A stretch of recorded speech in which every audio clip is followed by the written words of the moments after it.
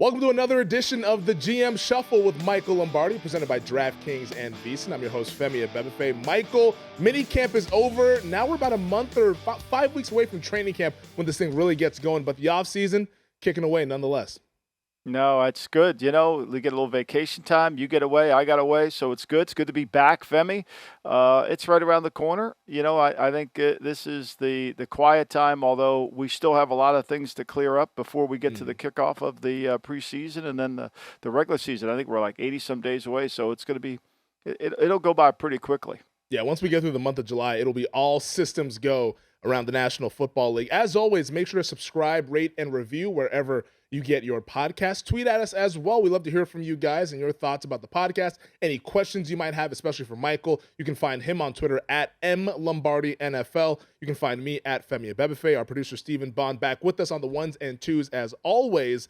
But Michael, let's start here with the quarterback, one Baker Mayfield, the former number one overall pick in the 2018 draft. Now, last week we spoke about how the trade talks were heating up between the Browns and the Carolina Panthers, but as of this week, Josina Anderson over at CBS Sports has reported that the Seattle Seahawks have a little bit of interest in Baker Mayfield. Are you hearing the same? And what do you make of probably a Mayfield, or possibly, I should say, a Mayfield to the Pacific Northwest sort of venture here for this season? You know, the one thing I was fortunate enough to learn from Al Davis is to never look linear on some report, right? So you never say, okay, this person has reported this, and then the next step is that. There's always a motivation and always try to peel back the layers. And Josina has a lot of sources, and she's really wired in the Cleveland organization as she breaks stuff in there most of the time. Rarely does she have an influence in Seattle.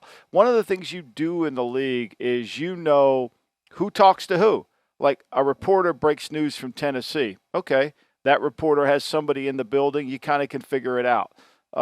Somebody breaks news in New England. They have somebody in the building. They figure it out. You know, the guys that have the most, the Schefters, the Rappaport, they kind of have somebody in all the buildings and in the league offices. But when you get some of these other ones, you got to go back and peel back the layer. So to me, what I think's happening is I think this is an opportunity where the Browns are wanting to finalize this deal with Carolina. And there's kind of a gridlock. I think the Browns and Carolina have reached some conclusion on where it's going. Again, this is about money, as the great Johnny Sack said, again with the money, right? So, you know, what are they trying to do with Baker? What's going on? And I think what this report is to send a message to the Panthers, hey, it's now, let's get this done quickly. Do I think Seattle's in it? No, I really don't. I mean, John Snyder loved Drew Lock coming out.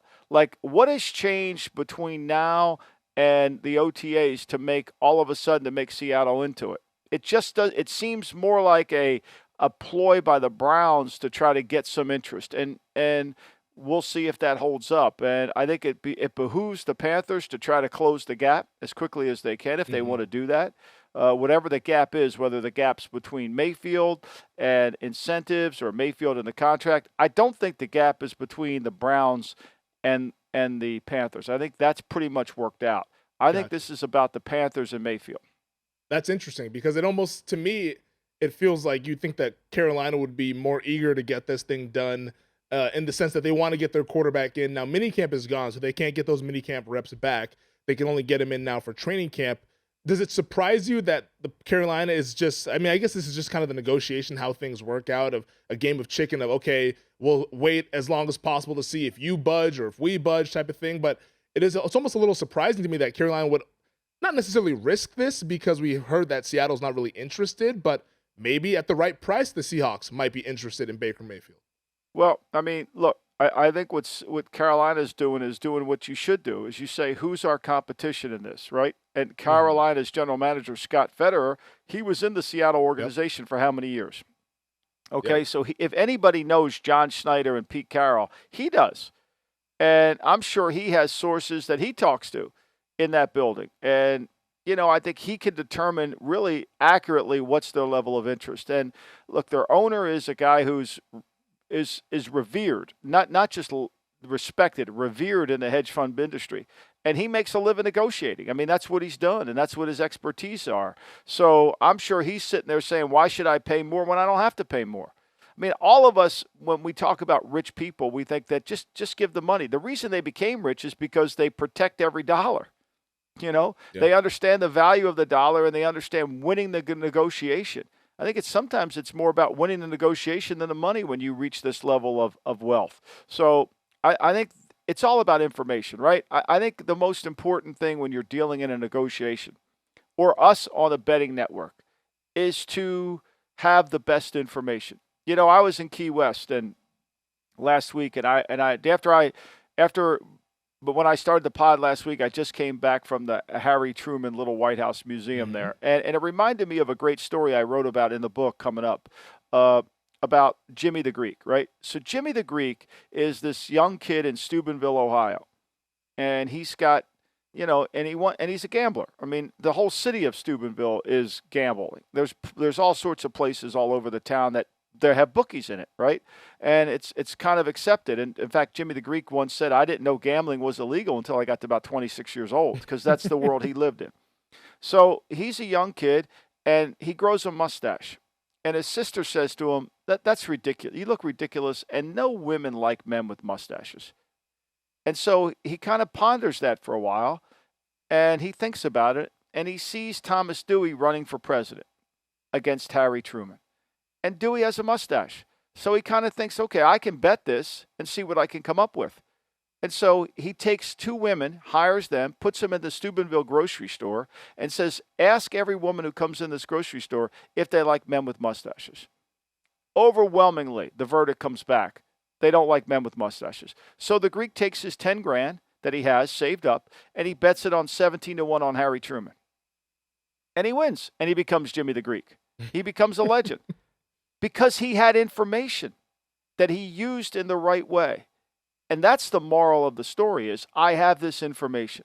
What am I going to do with it? And I think that's what Carolina is stuck with right there. They have the information, and Josina's not doing anything. I'm not saying her report's false.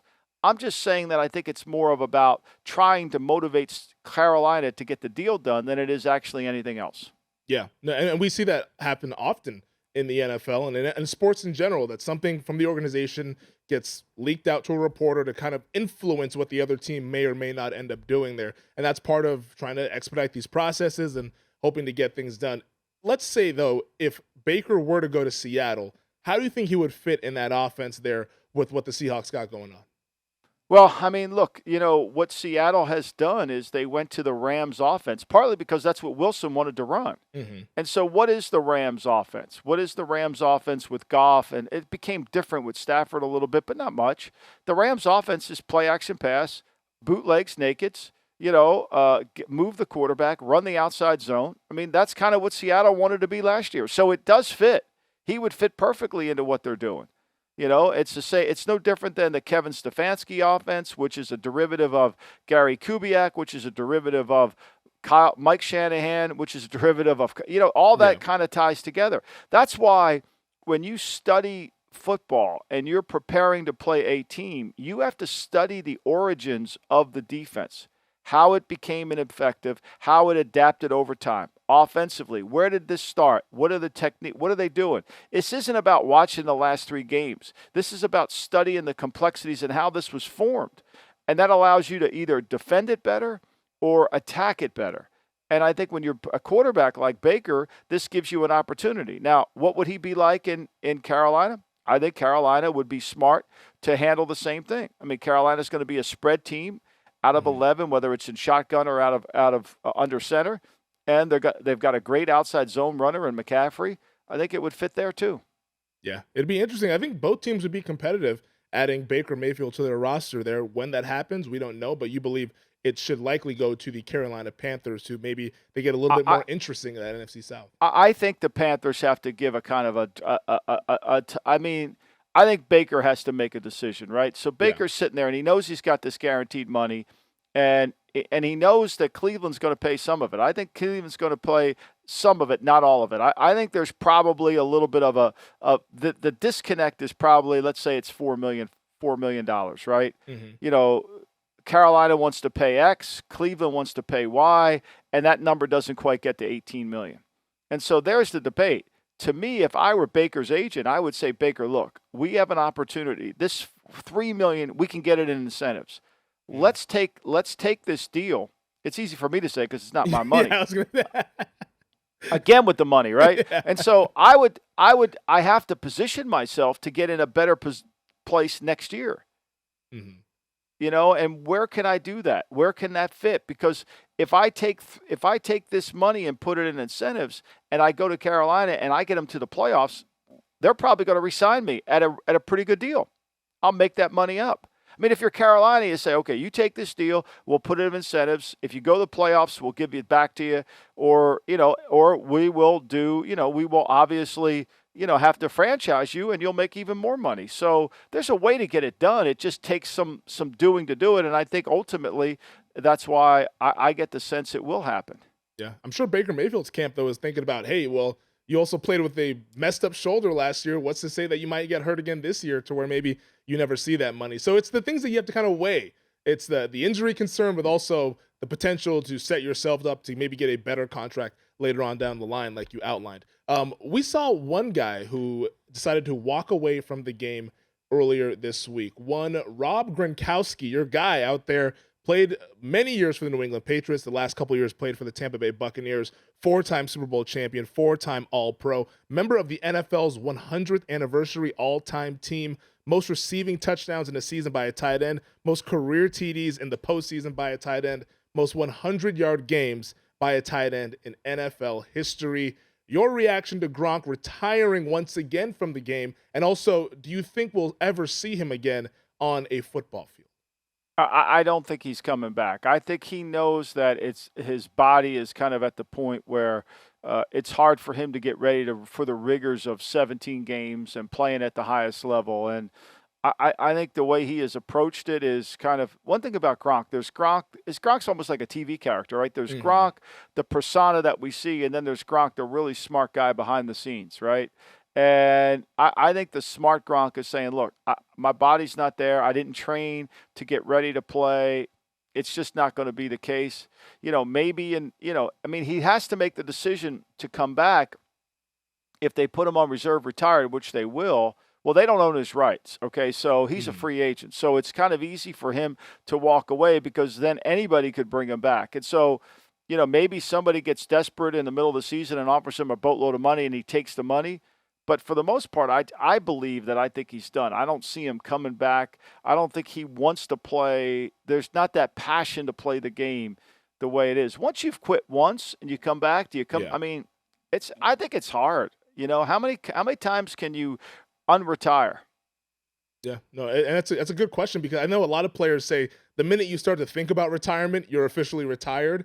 Gronk was able to come back and still play at a productive level here. It's interesting, though, from a Tampa Bay Buccaneers and a Tom Brady perspective, because the two guys that he trusted the most, I would venture to guess, Chris Godwin and Rob Gronkowski, he's not going to have to start the year most likely. Now, Godwin, we'll see when he's able to return probably midway through the season after tearing his ACL late in the regular season last year, but maybe a new challenge here for Tom Brady as he returns for his 23rd season.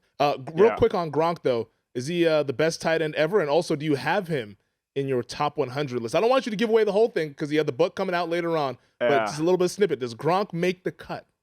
Oh, Gronk makes the cut for sure. I think the tight end position is kind of interesting. I saw that Christopher Russo was taking a wrath of crap on Twitter by a lot of people because he had quarterback tight end combination, and he put Ron Kramer and Bart Starr. I don't think people realize how good of a player Ron Kramer was. Ron Kramer's not in the Hall of Fame. He's on the All-Decade team, on the 75th or the All-50th anniversary team. I mean, he was that good. He was underutilized. I mean, first of all, when Kramer was on the Packers, they were running the sweep. There wasn't a passing game. And so he controlled the edge of the line. He was a dominating. I mean, he was Gronk before Gronk. If you go back and watch Kramer, he was Gronk. But the problem was he wasn't playing in a system that really was conducive. And then he was going through some personal issues off the field with his wife, and they were kind of getting divorced. He's from Michigan. And so the Packers traded him back to Detroit so he could be and repair his family life. I mean, here's a guy that, played basketball at Michigan. I mean, everything at Michigan. You go to there and talk to anybody about Ron Kramer. He was an elite player. Just at the time that he played, it wasn't elite. But had he played, further into the 70s, he would have been probably one of the most devastating tight ends out there because he was big, he was fast, he was really athletic. I mean, this is a guy that played that tried out for the Harlem Globetrotters. That's how athletic he was. Yeah, it seems like all great tight ends have a little bit of a basketball background to them as well. Before we wrap up the segment, though, Michael, some sad news, though, in the National Football League this week here. We learned that Tony Saguca passed away at the age of 55. He played for the Colts and the Ravens. And also, I believe it was on the same day we learned that the 26-year-old Jalen Ferguson, the outside linebacker for the Baltimore Ravens, passing away as well. And it's just kind of a somber reminder of how quickly life can be, and just to kind of always cherish the days that we have and make sure that the people we love, we let them know that we love them, from time to time, because it's it can go just like that. I mean, Goose is such a character, right? He's an undrafted kid that the Colts signed as a free agent out of Pitt. Even though he played for Mike Gottfried at Pitt, he was a dominating player at Pitt, but he wasn't a quick of foot player. I mean, you couldn't run the ball at Syracuse at Pitt, and the Colts get him as a free agent. Then he becomes a free agent, and I was in Philly. We were trying to sign him, and the Ravens and Ozzie got him instead of us. But, I mean, he could control the point of attack. His father died at 48 of heart disease, and Saguca told his wife that, look, I'm going to enjoy every single day, and if I go, make sure you play a lot of Sinatra at the funeral. I mean, he kind of had that approach, and some people that know they have heart problems within their family are very more conducive to monitoring their medical condition, and Goose kind of just let it all go, and it's sad because he was a character. I love the idea of what he brought to the game, having that sideline reporter, but having more of an in-depth look at the sideline, not just tell us about the injuries. I thought that was really a kind of a revolutionary thing Fox did with them, and it was great. But I think ultimately, look, he starred in The Sopranos. He's truly a character. There's no doubt. It's unfortunate. He will be missed. Yeah, he'll definitely be missed. Gone at the age of 55. Also, Jalen Ferguson. Thoughts to his family. That one's hard. That one's hard. Yeah, that's very difficult. Femi, I mean, I don't know what happened in the Jalen Ferguson case. It's tragic. The kid, you remember the kid from Purdue, the heavyset kid who kind of was homeless and he kind of got adopted? Caleb Sweninger, I believe his name was. Caleb Swanigan, yep. Swanigan, right? So, I mean, and then they said he died of natural causes. He's 25. Who dies of 25 of natural causes? Yeah. It's just so tragic, isn't it?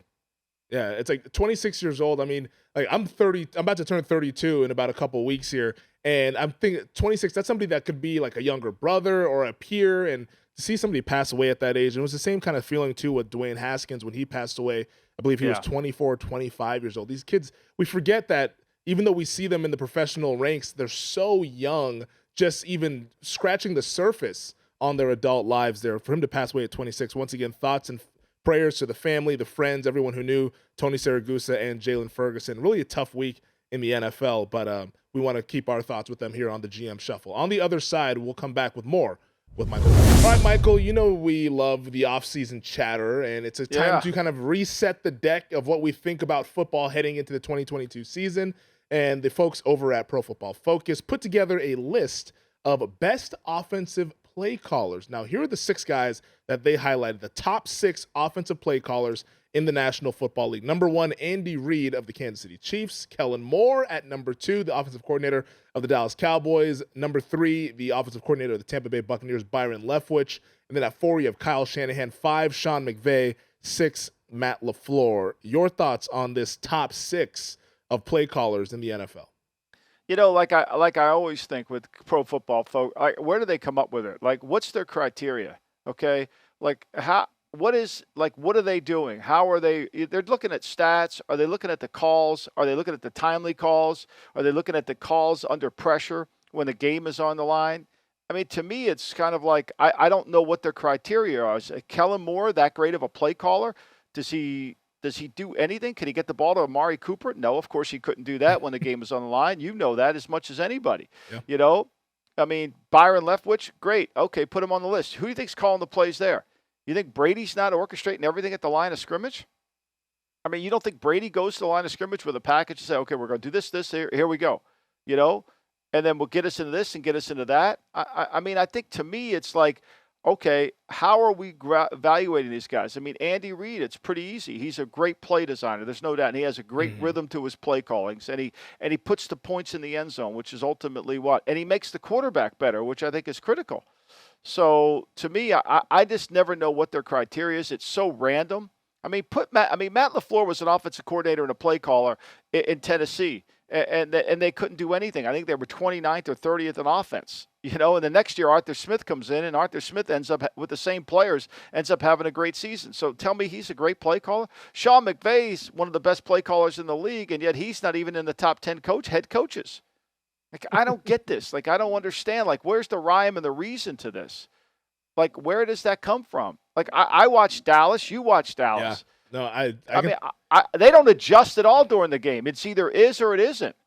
Yeah. You know, and there's no real, to me, I don't sit there and say, wow, that Kellen Moore, does he have some good concepts in place? It's difference between calling plays and being a play caller. There's a huge difference between that, because when you're a true play caller, you're a chess master. You're setting things up. You're trying to handle things. You're saving things for the fourth quarter when the game becomes independent. Right? Like, this is what we don't talk enough about. The first quarter is about adjustments, the finding out, collecting data. The second and the third quarter are about adjustments. The fourth quarter is a standalone game. Who's calling plays in the fourth quarter, being able to win? Did Kellen have an answer for San Francisco's defense in the playoff game? Of course he didn't. No. I think that's an interesting point that you brought up. The difference between calling plays and being a play caller, because I agree with you about Kellen Moore.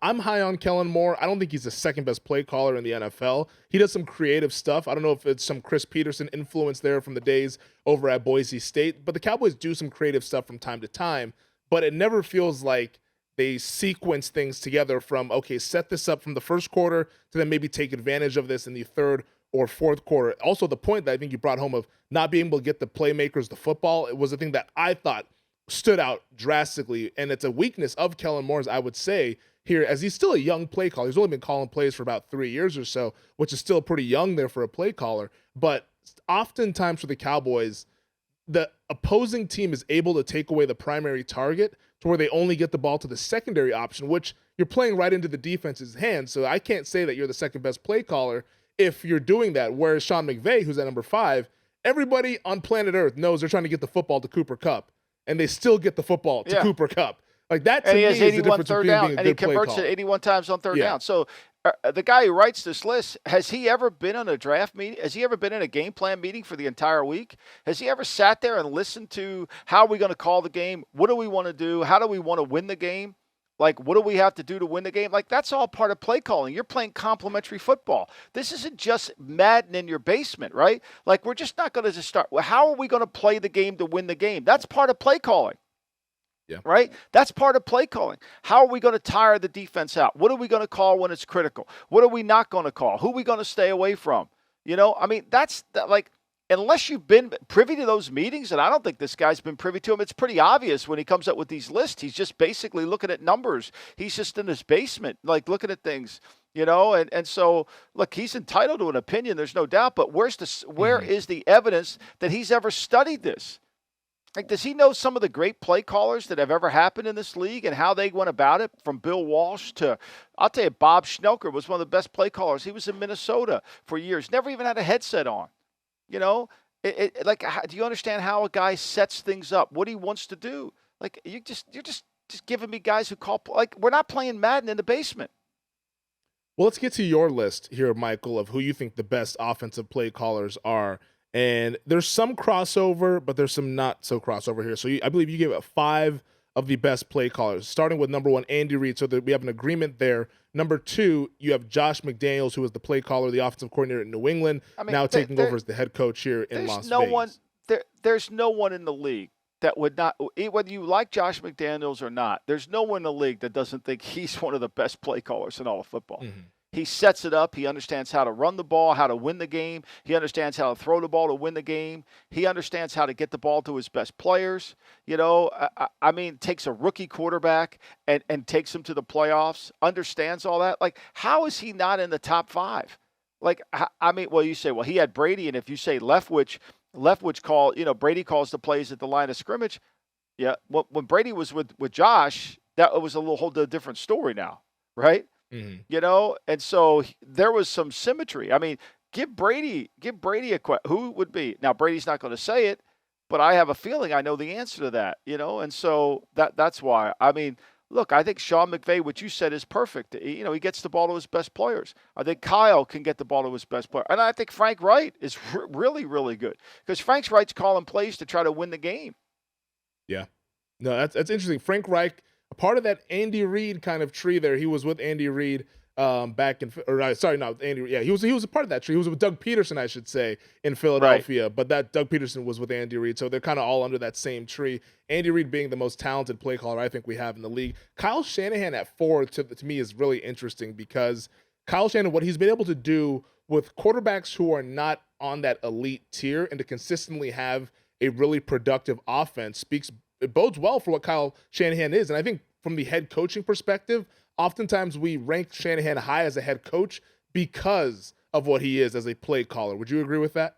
I would. And I think we overrank Andy Reid, too, as a play caller. Andy Reid's a great play designer. Mm-hmm. And Andy Reid's got great ability to score and with uniqueness in the red zone. But I do think at the end of crucial games, when the game is on the line, I think Andy Reid is not a great play caller. He gets away with it. I mean, Chad Henne scrambling to get that first down. I remember that. 2 years ago. I think he takes a lot of risk in game management and complementary football. He gets away with it. And in Philly, at times, he didn't. He was under the gun a little bit. Oh, yeah. He throws the ball when he shouldn't throw the ball in game management situations. So for me, I think he's a tremendous play designer. I think he's really creative. And I do see him trying to set things up. However, that being said, there are times where, like last year, when they took away that deep throw and he couldn't really get it, they struggled. And one thing everybody knows about Andy is he gets bored running the football. So, he'll just start throwing it. And if you can get him into that whole thing, especially if you can get some pressure on his quarterback, you got a chance. But I think, as a designer, there's not. But at the end of the day, it's not about yards. It's about winning and points. That's what it is. It's about setting it up, making the right call at the right time. Yeah. No, Andy Reid, he was under flack in Philadelphia, like you mentioned there, for sometimes abandoning the run during those years when he had Donovan McNabb at quarterback. Just once again to recap your top 5 lists of play callers, Michael, you have Andy Reid number 1, Josh McDaniels number 2, Sean McVay 3, Kyle Shanahan 4, and Frank Reich number 5. Let's get to the let me say this on the way. I wouldn't put Matt LaFleur in the top 10. Like I don't even like that's. Do you realize some of the stuff that they run? That there's only one human being that could do it on the planet. Yeah, no, and Rodgers is as talented as anybody out there. He's the only human that can do it. Yeah. We're gonna put it to the test. Now he still has Rodgers, the 2-time reigning defending MVP, but without Devontae Adams there, we'll see if they can spread the football around and do those types of things. But yeah, I mean, I remember the conversation around Matt LaFleur when he first got hired. Everybody looked at what he did in Tennessee and said, this offense wasn't that good. Why did they hire this LaFleur guy? Now it's worked out with Aaron Rodgers. He's had 3 straight 13-win seasons. But yeah, we're about to find out more and more about Matt LaFleur. And whenever Rodgers eventually retires, I think we'll get our actual answer there. I want to get to the defensive play callers. This is from PFF as well. Their top 6 defensive play callers. Number 1, they have Bills defensive coordinator Leslie Frazier. Number 2, Dan Quinn of the Dallas Cowboys. Number 3, Dennis Allen of the New Orleans Saints. 4, Raheem Morris of the Rams. And then 5, Josh Boyer of the Miami Dolphins. And then 6, Joe Barry of the Green Bay Packers. Your thoughts?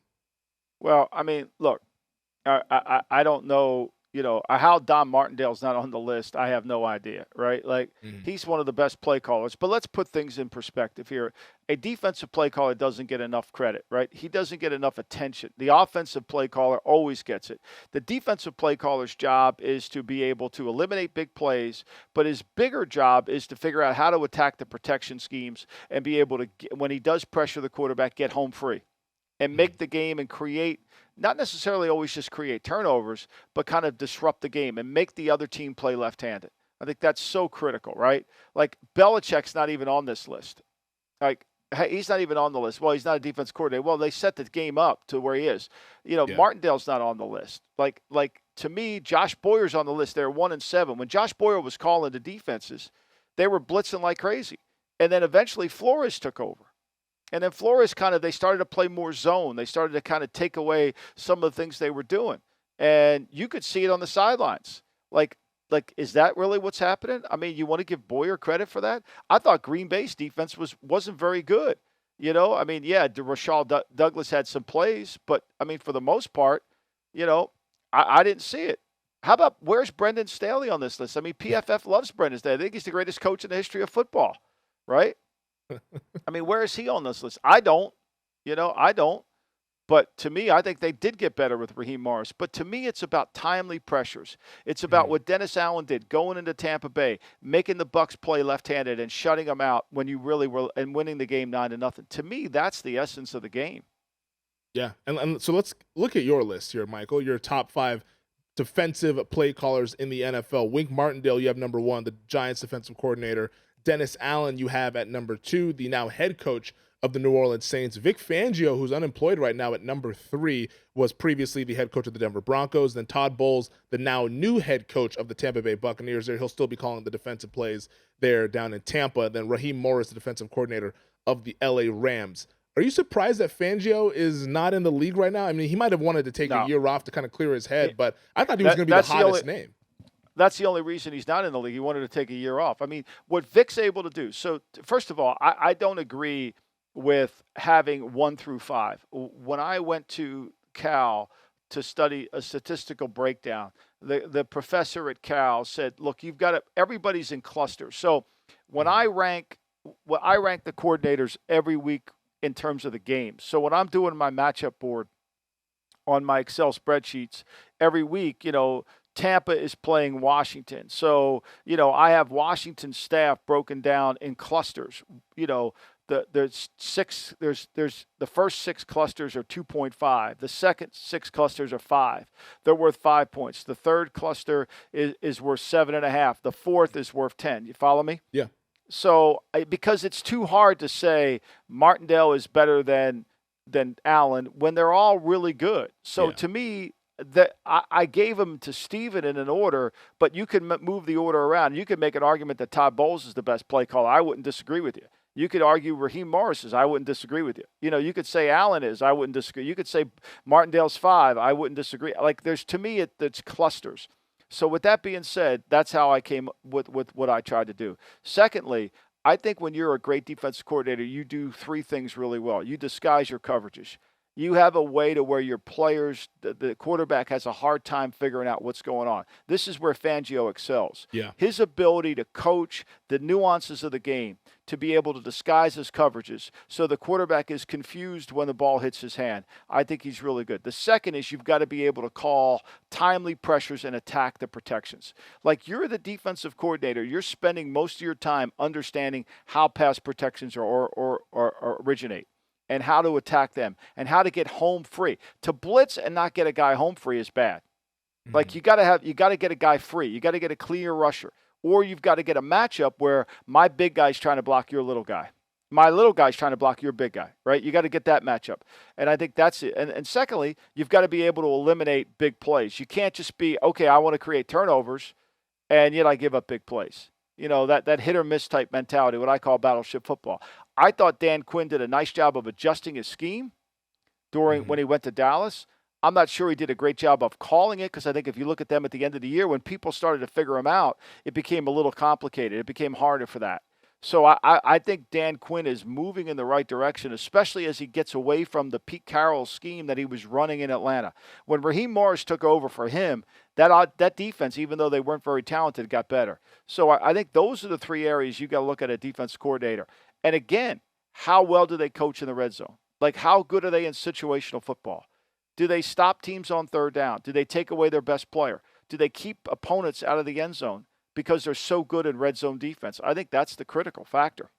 Yeah, I think the one last point on Vic Fangio, the fact that a lot of people have tried to duplicate what he's been doing across the league as this new wave of stopping these more modern offenses, I think is a tip in the cap to Vic Fangio. Everywhere he's been, he's had a top-tier level defense, whether it's San Francisco, in Chicago, in Denver, even though from a team standpoint they didn't have the success, the defense was at least really good there. So I think Fangio, whenever he decides to come back to football, if he ever decides to come back to football, will be a hot name for any of these organizations. On the other side, Michael, we're going to take a quick break, but we got to talk about the Washington. All right, Michael, just to recap what we saw from the head coaching list there, I mean, Pro Football Focus, which they have their own methodologies. I'm not trying to, dump on whatever they're doing over there. Those guys work hard. They have their own methodologies and hypothesis and what have you. But my Dallas Cowboys, I'm a fan of the Cowboys. We got top two coordinators, Michael, Dan Quinn and Kellen Moore. We got a top 10 head coach in Mike McCarthy. I'm trying to figure out why the hell my team keeps underachieving. Yeah, well, I mean, because winning doesn't matter. Look, I agree. I love Chris Collinsworth. He owns Pro Football Focus. It's good to have disagreement, right? Yeah, I don't and take those guys personally. work hard and they do some good stuff. Yeah, as well. but I think every time they reveal these polls, they show how little they know about football. That's all I'm saying. It's like, and I'm not saying because I worked in the league I know football, but I mean, like, I've studied this. Like, you got to go back and understand the methodology. If I showed that list to somebody in the league that knows, they would laugh at that. First of all, Leslie Frazier, number one. I mean, look, they're playing from in front. McDermott runs the defense. Frazier calls it. Like, nobody goes to Buffalo and thinks, oh, my God, what a headache it's going to be to play their defense. They're good players. The headache's Josh Allen. So, to me, it never – see, all this analytical crap never ties to winning. It always stands independently outside as if winning doesn't matter. Shot selection in the NBA. Oh, that's great. Guy can't make the shot, but his shot selection's great. Like, it's got to come back towards winning. It's got to funnel back. How are we going to win the game?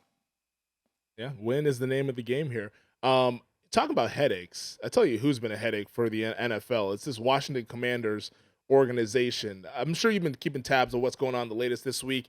The House Oversight Committee, Roger Goodell had to testify in front of them for the whole Washington Commanders toxic workplace investigation that's been going on there. Daniel Snyder, the owner, didn't show up for he did not testify, but now he's being subpoenaed by one of the congresswomen or congressmen out there in Washington, D.C. I mean, just what do you make of all this Washington Commanders where every month it feels like something comes out about this organization to where I sit back to myself and I think, why is Daniel Snyder still an owner in the NFL? Because to me, he seems more like a liability than an asset. Well, I mean, look, they asked the commissioner if he could, take the franchise away from Snyder, and he can't. He said, I don't have the authority to do that. And he's completely right. He doesn't have the authority to do it, and he needs 24 votes. And there's no way he would call a vote unless he knew two things. Unless he knew he had all 24 votes in his back pocket, or 25 or 26. And he also knew that he could win the litigation. Because one of the things that has made Snyder a very formidable opponent to everybody who deals with him is his litigation. He comes hard and he comes heavy. He's Uncle Junior. He ain't coming light. And so you better lawyer up when you go against him. I think Howard Milstein, the owner, the guy who started out as part of the Washington group that ended up buying the team, found out. But here's the thing, though, Femi. I mean, they've won, in his 22 years, they've won 156 games and lost 212. I mean, He's only been to the playoffs very few. He's had 8 playoff games, and he's only won 2. I mean, you can't run a franchise into the ground more than this guy has done. I mean, it's pretty clear. Yeah. And he doesn't understand how to be an owner. And he has never understood how to be an owner. And I think what they've done in Washington is all they've done is rearrange the deck chairs on the Titanic. They hire Rivera, Rivera in his 11 seasons has only had 3 winning seasons. Do you believe that? Just 3. It's Yet crazy. Rivera, we treat as if he's one of the great coaches of all time. He never cuts under, and he's a wonderful man. This is just looking at it. And then they bring Jason Wright in to be the president. I'm sure Jason's really good, but you're never going to be able to change the culture in Washington until you get rid of the guy who's created the culture. Mm-hmm. I mean, you can't do that. Like, it's still there. It's still in the building. The fact that Del Rio went off and went rogue and started talking about crap he had no business talking about. He's the defense coordinator of the Washington football team. Talk about the players. Don't bring your political favor into this. The fact that he got away with that is an indication they still haven't changed the culture. Because if they had a culture, they would have systems and protocols in place that would have stopped him from doing that. So it's never going to change. It's never going to change. And I wrote about it today for VSiN. And to me, he's so bad, the other owners are probably sitting there, unless he completely embarrasses them, which he's done. Yeah. I mean, it's a gimme putt every time they play. He's never going to win. 22 years of bad, and it's never going to change. So to me, and then this year, I don't think it's changing this year. It's interesting to me because if I was one of these other 31 owners, I'd be like, what are we doing with this guy in our fraternity here? Because we know the 32 owners, it's an exclusive club. You can't just be rich to get into it. You also got to get approved by the people who are already in the club. This guy and the NFL, the whole mantra is protect the shield. He's doing the opposite. He's embarrassing the shield, even though it's just the Washington Commanders organization that's getting a lot of the flack. But you have Roger Goodell up there just taking daggers as he's testifying there in front of the House Oversight Committee. At some point, at least 24, 25, 26, however many of these guys, it's 24 that's needed to get Snyder out of there. But at some point, you got to think to ourselves, why are we letting this guy bring us down like this? Like, to me, like, those discussions got to start happening. Well, because I don't think he feels like if Snyder takes him to court, if he tries to take the team away, Snyder's going to win. And then it's going to be chaos on his rules. Yeah. I mean, there's all hell breaks loose. And all hell breaks loose. So there's no way Goodell. One thing I learned being in the league, when you ever go to a league meeting, the commissioner never calls for a vote. I mean, unless they have the votes. Like, he's not going to get embarrassed and call for a vote and can't get the vote. Like, they voted before. You ever see the scene in the movie Lyndon Johnson where Lyndon Johnson's counting votes? I mean, that's what it's like. He's sitting in the room. He's got votes. He's got a board up there. He's counting all his votes. He sees what he has, and he goes. And he never calls a vote until he knows he has it. Yeah. I mean, that's just politics, and this is what we're dealing with. And to me, this distraction is what I try to like. The Washington's not good enough to overcome anything, let alone this distraction. And what I find really interesting is the fact that when you compare Heineke to Wentz, it's really close. It's really close. It's not like there's a complete separation between one player to the next. Like, they made maybe, and you could argue they made no slight improvement. But to me, that's the big question. The line is set at 8, Femi. You can find 5 wins on their schedule. Now, to find 4 more, they're there, but they're going to be close games. Do you trust Rivera in a close game? Do you trust Jack Del Rio to be a really good play caller in a close game? Do you trust Scott Turner to call it in a close game? Do you? Nope. I don't either. I don't trust him. I mean, the year Rivera went 15-1, he challenged it 17 times. He had 17 challenges that year. He won 10 of them. I mean, he was very good at that. But if those challenges don't come through like he did, would they have been 15-1? Yeah. No, that's the fact. He's been a multiple-time NFL Coach of the Year because of the peaks and valleys, and it's been a lot of valleys for Ron Rivera, like you mentioned there. 3 and 8 years. 3 and 8 in terms of winning records. I mean, Matt Rule's trying to clean up some of the stuff down in Carolina, the culture and all that. I mean, Cam Newton deserves a lot of the success he had. That's what I was going to say. Yeah. I mean, I'm not trying to say, but Ron doesn't look like tell me what move they made this. I mean, they didn't get rid of one coach. I mean, they got some, the coordinators I'm talking about. How are they going to get better if they don't make changes?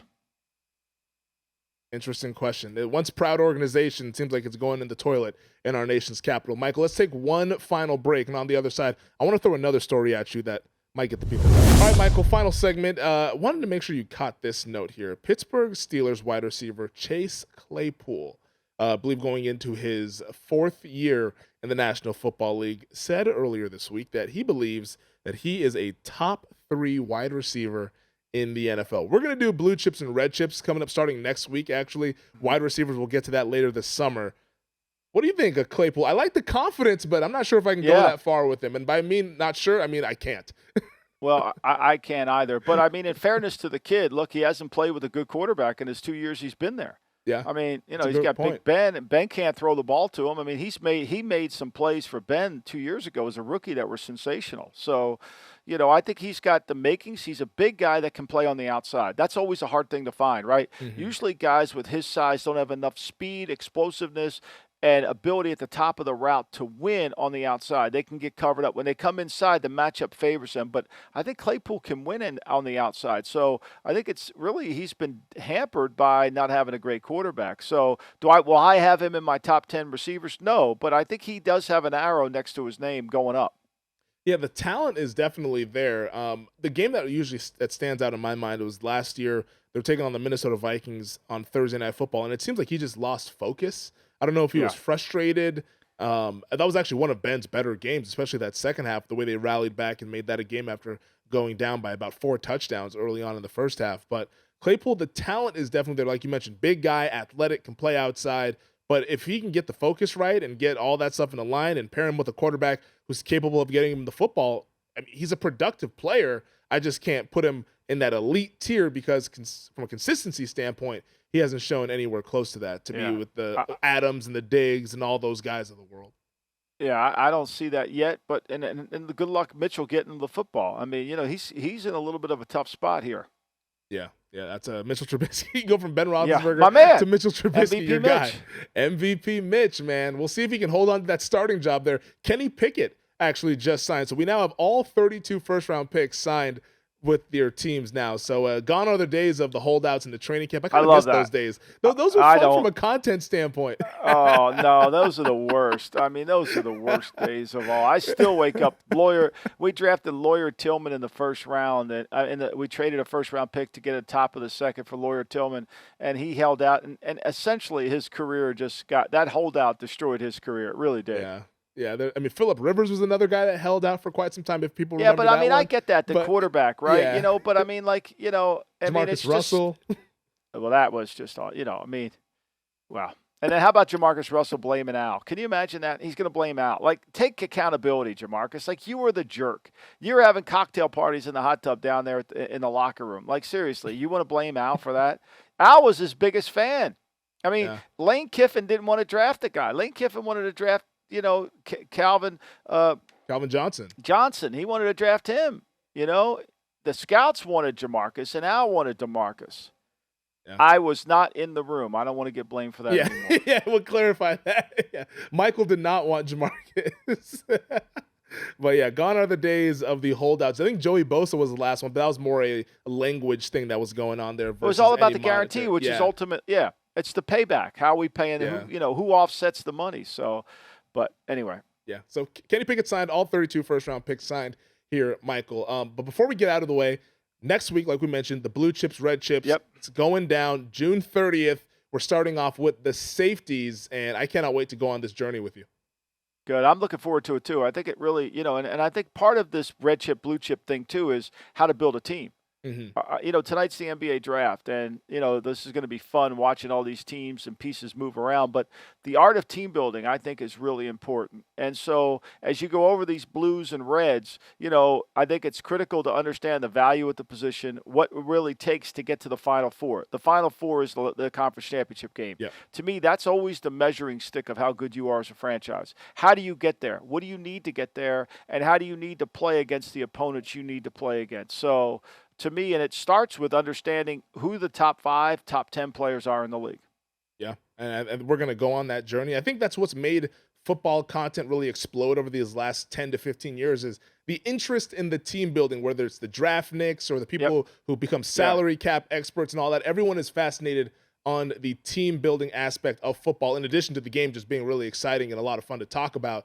But I think that's really why we do this podcast, and it's why a lot of you guys listen and consume it, is because we all want to know what it takes to build a champion as we try to do what the LA Rams did a year ago, and that's win a Super Bowl. All right, that does it for this edition of the podcast. Thank you to DraftKings, thank you to VSiN, thank you to you, Michael, our producer, Stephen Bond, as always on the ones and twos. Michael, enjoy the NBA draft tonight, and I'll talk to you soon. Thanks for watching the GM Shuffle with Michael Lombardi, and for more videos like this, make sure to subscribe to VSiN Live and the GM Shuffle podcast with Michael Lombardi, presented by DraftKings and VSiN, wherever you get your podcasts.